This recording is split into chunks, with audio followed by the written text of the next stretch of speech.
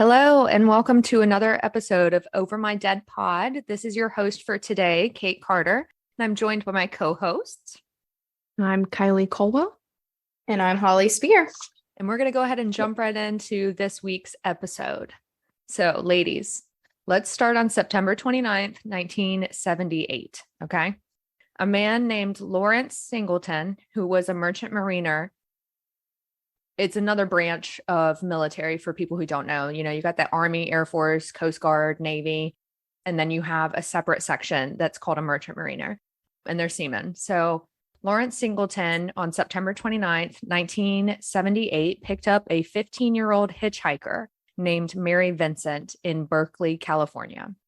Mary had run away from her home in Las Vegas. At the time, her parents were getting a divorce and their situation had become a little bit messy. And she had friends and relatives in the Bay Area of California. So Mary made her way up there, but she ended up pretty much getting homesick right away.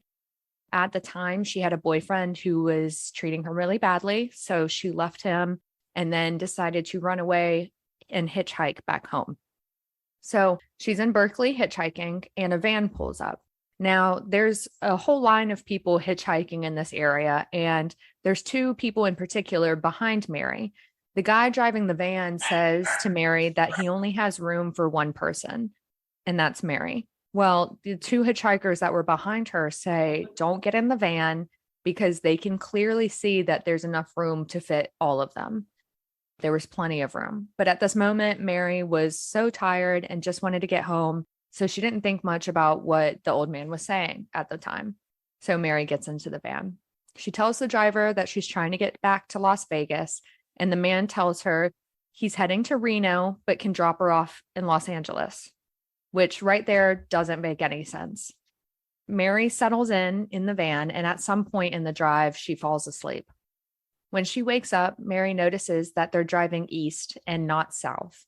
When she finally sees a sign, she knows that they're somewhere out in Patterson, which is in the Modesto area of California. And that's the completely opposite direction from LA, Reno, or Vegas. This is more Central Valley. It's very rural and lots of land. So at this point, Mary wakes up, she's freaked out, and she confronts the man driving the van.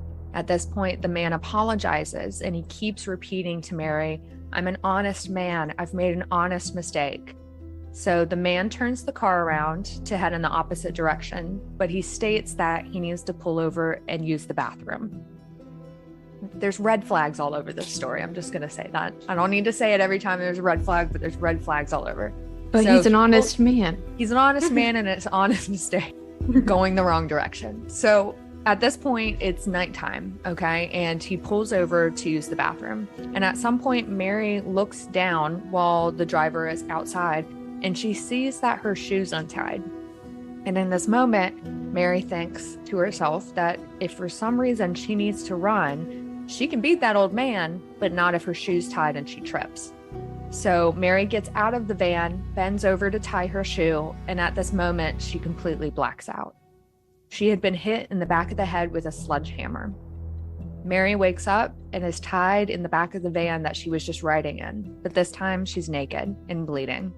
At this point, the man starts to rape her. So this man continues to rape her the entire night into the morning, and Mary the entire time is begging to be set free. Sometime in the morning, when the man is finally finished, he pulls Mary out of the van, unties her, and says, you want to be set free? I'll set you free. He picks up a hatchet from the back of the van and he cuts off Mary's left arm. Mary is screaming, freaking out, and going crazy. All at the same time, she's holding the man with her right arm, trying to prevent any action from happening. At some point, when she holds the man takes the hatchet and chops off her right arm. At some point during this, Mary falls backwards, and that's when she realizes that both of her arms have now been chopped off. She's in total shock, she's losing blood, and she sees the man start to shake. That's when she notices that her right arm is still holding on to the man. because remember, she was gripped onto him when he chopped it off. So it was still, the arm and hand was still holding on to the man. So he's trying to shake it off and get the hand to release its grip. Eventually, Mary passes out, and the man drags her body over a railing on the side of the highway and throws her body off of a 30-foot cliff. On the way down, Mary breaks 4 ribs, many other bones, and sees that the man drives away. So now Mary is down in this ravine, and she's laying there losing blood like crazy. She's got all of these injuries. Both of her arms are completely chopped off. But Mary had a voice in her head telling her not to fall asleep because she needed to get back up so that this man could be caught. So now at this point, down in the ravine, Mary digs her now stump arms into the ground where she's laying, and she's able to make these mud packs on her arms so that she'll stop losing blood, which, by the way, is kind of crazy because if you're ever in this scenario, that's not something you would probably think about, is to making mud packs to put in your armhole to make sure that you stop bleeding. So that's crazy. No, I would never be that smart. But she's able to do so, and she stops losing as much blood as she was before. And that's when Mary starts to crawl. Now remember, she's about 30 feet down, needing to get to the top, but she has no arms. Now, by the time Mary gets to the top of the road, it's nighttime. She spent a whole day crawling up the 30-foot ravine. She's at the top of the road, and then she starts to walk.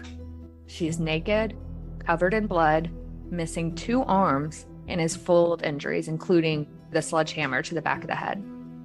Mary ends up walking for 3 miles, and the first car that approached her was 2 men in a convertible, and as soon as they saw her, they sped away. Now, remember, she's in a very rural area, so there's no streetlights, no houses, and she was practically walking in the light of the moon to find her way. Mary keeps walking, and a couple who was on their honeymoon and took the wrong exit, driving around trying to figure out how to get back on the highway, see Mary. These 2 beautiful, wonderful humans who we don't have the names of, thank you to wherever you are, stop and grab her. They put her in the back of their truck, and they told her they're going to go get help. But at this point, the truck is speeding to the nearest payphone. They call 911, and Mary ends up getting airlifted to the closest hospital. She's lost too much blood at this point for them to wait for EMS. So Mary ended up losing over half of the blood in her body. And from the hospital bed, Mary is able to give such a good description of the man that raped and attacked her that a next door neighbor of this man recognizes the drawing. And though she was friends with her neighbor at the time, she calls the police to turn him in because it's a clear, perfect drawing. This man is 51-year-old Lawrence Singleton. The police arrested Lawrence 9 days later, and when he was questioned, Lawrence told the police that Mary was a $10 whore and that he was passed out drunk in his friend's car, so his other friend Larry must have been the one who attacked her. Lawrence also stated that there were 2 other hookers in the van at that time, but Mary eventually recovers from her wounds and is able to testify in court against Lawrence. When Mary walks out of the courtroom after testifying, Lawrence says to her, "If this is the last thing I do, I'll finish the job." In March of 1979, a San Diego jury convicts Lawrence Singleton of kidnapping, mayhem, attempted murder, rape, sodomy, and forced oral copulation. And they give him a maximum sentence of 14 years. So the judge who had to pass this sentence at the time stated, "If I had the power, I would have sentenced him to prison for the rest of his life." Along with the particularly gruesome scene, this case became very notorious because Lawrence was paroled after serving only 8 years in prison. Fast forward to 1983, the government passed a work incentive law so that they could reduce prison overcrowding. And in this law, it means that every day a prisoner is in prison and they work, they could have a day off their sentence. They announced that Lawrence's release date would occur on April 28th. 8 years and 4 months after he was charged and convicted of his crimes against Mary Vincent. They try to parole Lawrence to Antidote, California, and the mayor protests the Department of Corrections. And so after seeing the public outcry from the Department of Corrections, they agree to not release him there. So they try to release him somewhere else. Now, the second time, they try to release him to relatives in Tampa, Florida. But of course, the people in Tampa rise up against this, and the Tampa courts reject the release. So now Lawrence can't go back to Tampa as well. In Tampa, there's a chapter called the Guardian Angels, and they really rose up and fought against allowing Lawrence to be released in their town. For everyone who doesn't know who the Guardian Angels are, in the 80s, when crime was consistent and crazy, it was the end of the recession, the Guardian Angels were this group of vigilantes who wanted to make their streets clean again. So these GAs wore shirts that said Guardian Angels, they wore red berets, they all knew karate and taekwondo, and they were all these big muscled up dudes who rode the subway at night. Basically, they were their own gang, but a positive gang to get crime off the street. So every city started popping up with their own group of chapters of the Guardian Angels. So now a third time, they try to release Lawrence in Martinez, California.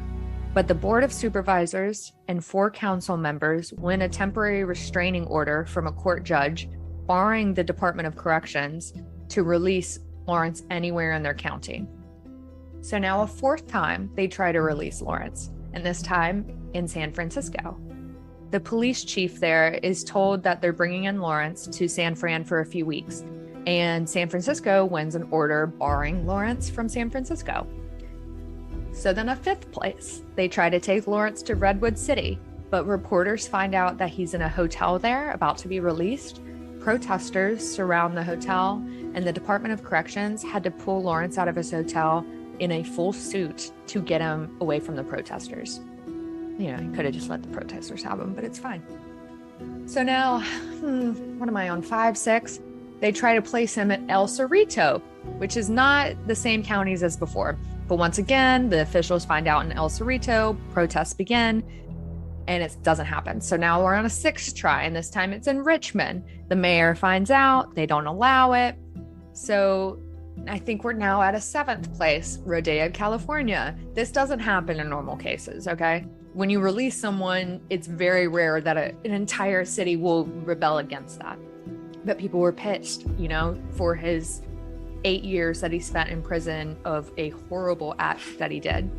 So anyways, they try to bring him to Rodeo, California. People find out, a mob shows up, and they have to pull him out in a bulletproof vest. Again, he's escorted away. So this time they move him to Concord. Another mob happens. It just continues. There's so many releases that were supposed to happen, and they don't happen because of mobs.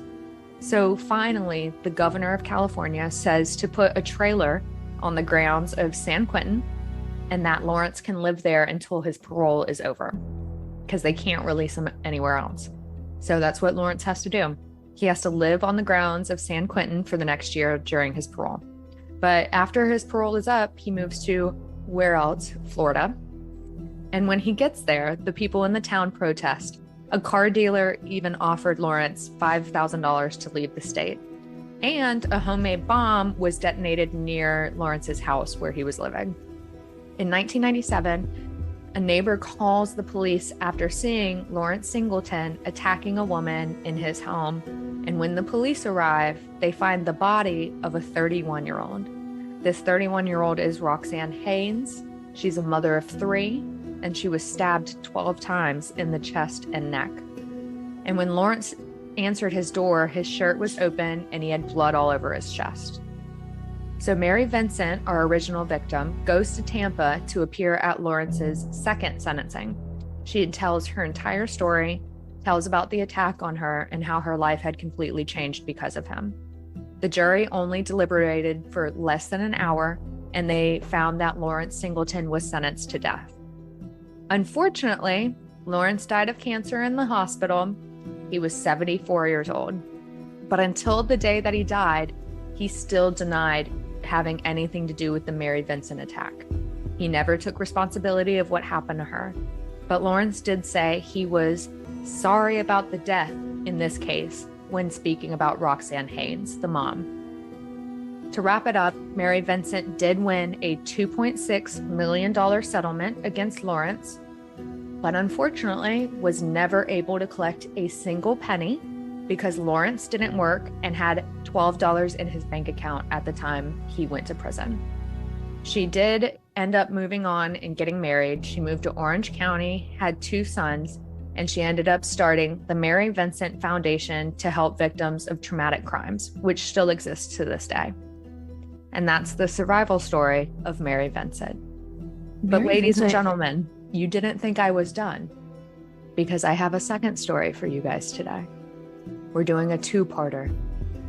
Ooh, so strap in. 2-parter. This is the story of survivor Ellen Halbert. This story takes place outside of Austin, Texas, in an affluent area in the hills of 1986. So we're in the 80s. Ellen is in her 40s, and she's a wife and a mother. One morning in September, Ellen is in her house doing her normal morning routine. Her kid's at school, and her husband is out golfing for the day. So Ellen eventually decides to go upstairs and take a shower to start her day. After her shower, Ellen grabs a towel, wraps it around herself, and walks into her bedroom to grab a robe. When Ellen walks into her bedroom, she notices something in the corner of her room. It was a 5'11" man standing holding the largest knife that Ellen had ever seen above his head. And the best part, he was dressed head to toe in a ninja outfit. Ellen recalls that she laughed out loud when she saw the man because she wasn't sure what was happening or if it was a joke. At this moment, the man screamed for Ellen to get on the floor as he comes at her, and they began to fight. He pushes her into the bedroom, backhands her, and knocks her to the ground. Now, when Ellen tries to get up, he continues to backhand her, and she just keeps falling down. Eventually, she falls on the corner of her bed, and at this point, the man walks over in his ninja suit. I'm sorry, I can't help but laugh sometimes when I say ninja suit. So it's got to be terrifying, though, because I would also laugh, and then I'd be screaming, So when Ellen tries to get up, he does it again, and she falls back on the corner of the bed. At this point, the man walks over and drags the knife across her feet, and he states, staring her straight in the eyes, "I just wanted you to know that my knives are sharper than yours." He tells Ellen to look down and close her eyes, and then he takes off his ninja mask and wraps it around her head as a blindfold. He then states, "It's a shame you can't see me. I'm half white, half black, and I'm a beautiful man." Okay. Thank you for the description. The man asks how much money Ellen has, and Ellen offers to drive him to the bank or to write a check, anything to get him out of the house. And he tells her, "Well, you're going to have a very bad day." He holds the knife to her throat, then binds her hands and ankles behind her back. The man dressed in the ninja suit begins to explain to Ellen that he's been hiding in her attic for 2 days, and that he's there to rape her. She begs for his mercy, but he continues to state that it doesn't matter because no one's going to be able to catch him. At this point, the man rapes Ellen and then eventually goes to take a shower. When the man gets out of the shower, he puts his ninja suit back on, takes off her blindfold, unties Ellen, and then shows her a check that he wrote out for himself. It was in the amount of $600, and tells Ellen to write his name on the check. His name was Troy Eugene Wigley. He then says to lay on the floor in the bathroom in a fetal position. And it was at that moment that Ellen recalls the feeling that her head was exploding, which we all know what that means. What was happening is that the man had hit Ellen in the back of the head with a hammer. Ellen didn't know at the time because of adrenaline. Then he proceeds to stab her in the chest. Then he hits her again with the hammer, stabs her 2 more times. And then he tries to stab her in the skull, but the knife wouldn't go in. So what did he do? He decides to hammer the knife into Ellen's skull. The man tries to pull the knife out and it wouldn't come out. So eventually he stands on her head to pull the knife out. Ellen at this point is going in and out of consciousness and doesn't know where the man went. She looks in the bathroom and he's standing there without the ninja suit on, and he screams for her to put her head back down. So she was able to see him. So Ellen stops moving at this point. She's freezing cold. She's lost a lot of blood, but at some point the man pulls off her wedding rings and takes off. So, still alive, Ellen pulls herself out of the bathroom, goes into the bedroom, and throws herself down a flight of stairs to get to the phone that's in the living room downstairs. But instead of calling police, Ellen called her parents. The next time that she wakes up, she hears her father screaming. He had come in with the EMTs. The medics loaded her up, and she can hear them talking about how she was most likely not going to make it. Now, Ellen states this was the time she decided she wasn't going to die. By the time she gets to the hospital, she has multiple stab wounds and needs over 600 stitches. In the end, we find out that this man had stabbed her over 40 times. Not to mention the bludgeoning. Troy Eugene Wigley was arrested at the bank the same day trying to cash Ellen's check when the police arrived. He was only 18 years old at the time. Troy was charged and convicted of aggravated robbery, but fortunately, he was sentenced to life in prison. Now, we don't know why he wasn't charged to attempted murder or anything like that. It could have just been based off of evidence. We don't know why, but the good part is his sentencing. Did he plead guilty for that? I will say this was a very hard case. I could not find any court documents, so I'm strictly going off of my sources that I normally do, which we will put in our website. Now, Ellen somehow makes a full recovery. She ended up having to have multiple surgeries, and she got multiple mental illnesses as well as PTSD. And sadly, her husband ends up divorcing her and takes the kid. Now, Ellen was determined to come out stronger on the other side, and she realizes because she is still able to walk, talk, read, write, speak, that she can talk for all victims and victims' rights and what victims have to go through after the attacks. In 1991, Ellen is appointed by the governor to sit on the bar for criminal justice, which she did for 6 years. In 1996, both the Texas Corrections Association and the Texas Crime Victim Clearinghouse established awards in Ellen's name to recognize her work on behalf of crime victims. Now, right before 2000, Ellen was able to get a 500-bed female substance abuse treatment unit named after her. So if you ever go look up her name, you'll see that she's very involved in the criminal justice system now, and she has many things named after her. She ended up winning a National Crime Victim Award, which is the highest award that victims can get in the United States. She was named one of Texas's Women of the Century, and in 2001, she was the mediator for a documentary called Meeting with a Killer, One Family's Journey. And that ended up getting nominated for an Emmy. So she did a lot. And currently, Ellen is the director of the Victim Witness Division at the District Attorney's Office in Travis County, Texas. And that, ladies and gentlemen, is the survival story of Ellen Halbert. Wow. Badass women. So how'd you guys like, I did a little 2 stories for you today, and I must say I did 2 stories that are way out of my genre. I survive stories are not really my thing. It actually makes me very anxious. Hearing stories, knowing that they're still alive, I feel like you feel it more because they're still alive and breathing. But I thought I would throw it out for you guys today. And Mary Vincent, I will say the first case is a very big case. So had you guys ever heard of Mary Vincent's? I haven't. I was thinking maybe Kylie had, but you would vaguely remember, someone losing both of their arms, but I didn't remember any details. She was 15 and crawled her nubs up over. I mean, just an amazing. Now, I will say for everybody, including you guys too, if you are interested in the Mary Vincent story, there are documentaries out now, and I believe there's one where Mary tells her it's all her. Also does have an I Survive episode, and so does Ellen Halbert. So those were 2 really good ones. That was good. That was different. I don't even know how you make it through something like that. Either The of arms one, I mean, oh my gosh. And to think to do all those things, like she had to throw herself down a flight of stairs. The other girl had to Crawl. dress her wounds with no Yeah. arms. I mean, that's crazy.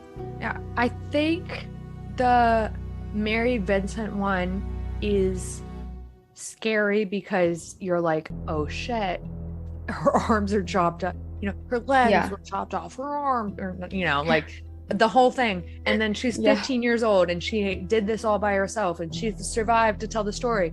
But Ellen Halbert, it is every woman's biggest fear since we were born to get Yeah. out of the shower and see someone standing there. That is a huge fear. And I think that makes that story a little bit more scarier than Mary Vincent's because it's more realistic. The guy was in her attic for 2 days. Like how Chills. and then the ninja uniform. I mean, I would have laughed too. I would have been like, "Oh, okay, Cameron," you know, like thinking it's your husband or something. And your husband just happened to be golfing that day. All of that for $600 Yeah, and some wedding rings. and some wedding rings. So 2 crazy stories. Both of them scare me shitless. Can't imagine not having arms. I probably would have just laid in the ravine. I would have been like, "That's it. Yeah. I'm nubs. Go ahead and just Jesus take me." But It's weird how your brain processes adrenaline. I would think I would just lay down and decide that was over. also, me. can we talk about the fact when Mary Vincent was walking on the road and 2 cars passed her and the second car picked her up, the first car that was the convertible of the 2 guys where they saw her and just took off. Obviously, to this day, they have to have so much guilt in their heads. Fortunately, she survived. But could you imagine driving on a street and seeing a no armed, naked 15-year-old, like bloody head, everything, just walking in the middle of the street? Oh, it's like worse than when those clowns were terrorizing the streets. I would drive. I'd probably drive away. Yeah. I'd call That's the where- cops as I was driving away. I would too. Yeah. I would too. Yeah. I don't know if I don't know. Cause like, does she have a weapon? You know, like you don't, I mean, she's Mhm. naked, so I don't know where it would be, but still, that is just a gruesome sight. And kudos to those honeymooners who were like, we're Yeah. lost. Oh my God, what is this? Let's help her. Let me just say that is a dream scenario for a honeymoon. Is that bad to say? Is that bad to say? To be I love it. like you're on your honeymoon and then this shit happens just like right in the middle of it where you're like, oh, we found a girl, helped her survive, because she probably would It's not like a have movie. survived. It's crazy. What's also interesting is the guy really thought that she was gonna die. That said, by the way, my description is I am so attractive. I'm whatever he said, part Asian, what did he say? Half white, half black, and I'm a beautiful man. Yeah, half black, half white, and I'm a beautiful man. And then wrote the check to himself. So it's like, thank you for your description and your name. That's great. So, anyways, all right, ladies, are you guys ready for some overtime? I got a good one, a juicy Okay. one. Kylie, start us off. So on January 5th, around midnight in good old Tulsa, Oklahoma, some parents woke up to their 12-year-old daughter waking up. She woke them up and told them that she had just stabbed her either 8 or 9-year-old brother. I saw reports saying different ages. We have no idea why. She just stabbed her little brother to death. She's currently being held in a family center. Has not been charged with anything because get this, Oklahoma has a new law that says people or children 12 and under can't be incarcerated unless all alternatives have been exhausted. And even if like the child is like sentenced to incarceration, it has to be reviewed by a judge every 30 days. And only children 13 and up can be charged as adults. So weird case to begin with, but now Oklahoma has no idea what to do with this child. How old was she? Wow. She's 12. So she's 12 and she stabbed her 8 or 9-year-old brother. And is he dead? Yeah, he died, I think, in surgery that night. Wow. Imagine the parents. Like, what do you do? Is it the parents' fault in this case? You know, because like knives are in homes. You know, if it was a gun, that's different. But Yeah. All right. wow, that's really sad. Yeah, there's Mhm. not much else information again because it's a 12-year-old, but we'll keep an eye on that one. Holly, you want to go next? Sure.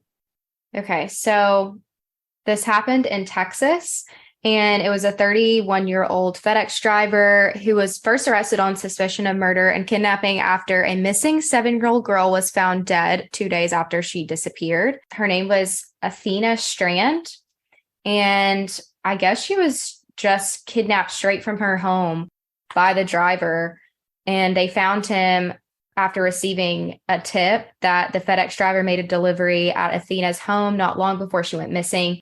And investigators concluded that Tanner Horner allegedly kidnapped and killed her, and believes that he only kept her alive within an hour or so from the time that she was kidnapped. He has reportedly confessed to abducting and killing her. They have digital evidence and interviews corroborating the arrest, and he led authorities to her body. She was transported to the medical examiner's office. Apparently, the driver did not know Athena or the family. So I guess it was just a random attack. So very sad. I feel like she was probably like outside playing and he just like scooped her up. And she's so pretty. If you guys go look her up. She's such a cute kid. And that's terrifying. Very terrifying. I mean, she's old enough to be like playing by herself, and you just think you're safe in your yard. A freaking FedEx driver, like, oh, it's terrible. All right. Well, I will finish this off today. So my story is more so the ending of a story. Okay. So a Texas former cop was executed yesterday. He originally was charged with the crime of hiring 2 people to kill his wife while they were doing a custody battle about 30 years ago. So I'm going to read a little suburb from an article that I found. A former suburban Houston police officer was executed Tuesday, January 10th, for hiring 2 people to kill his estranged wife nearly 30 years ago amid a contentious divorce and custody battle. Robert Fratta, 65 years old, received lethal injection at the state penitentiary in Huntsville for the November 1994 fatal shooting of his wife, Vera. He was pronounced dead last night. It took 24 minutes for him to pass away, but he had no final statement. He had someone praying over him while he went. But prosecutors say that this man, Robert Fratta, organized the murder for hire plot in which a middleman hired a shooter, and the wife was 33 years old at the time, was shot twice in the head in her garage in the Houston suburbs. Robert was a police officer for Missouri City, and for about 15 years claimed that he was innocent. The punishment was delayed for a little bit more than an hour yesterday because obviously they were having U.S. Supreme Courts trying to overturn his lethal injection, which happens with a lot of death penalty cases. But they weren't able to, and he eventually was put to sleep. But the really crappy thing about this story, first of all, it took 30 years to execute this man, but he hired 2 people to kill his wife. She was divorcing him. Well, the entire few months leading up to his wife actually being murdered, he told everyone that he was planning on killing his wife. So there were multiple people that ended up getting arrested in this case for not like alerting the authorities to what was going on. And that included a lot of people in the police department itself. So people knew that this man was either going to kill his wife or get somebody to kill her for him for months leading up to the death. And then the death happened. So it's a very sad story if you go back and actually like dig into it and listen to it, because his wife was trying to just get out of an abusive relationship. And this is what happened. So super sad. All right. Well, let me wrap this up today. Thank you, everybody, for joining this week's episode of Over My Dead Pod. This is your host, Kate Carter, signing out. Bye, ladies. Goodbye. Bye. And with that, thanks for tuning in to another episode of Over My Dead Pod. Be sure to subscribe, leave a review wherever you're listening to this.